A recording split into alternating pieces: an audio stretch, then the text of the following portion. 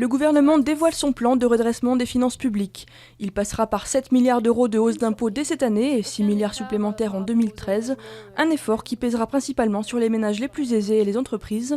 Objectif, tenir les engagements de réduction du déficit malgré une croissance en berne. Une prise d'otage tourne au bain de sang en Karlsruhe en Allemagne.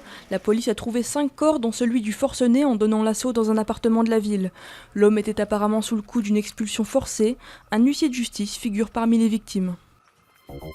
Les corps des 2 pilotes de l'avion turc abattu par Damas retrouvés en Méditerranée.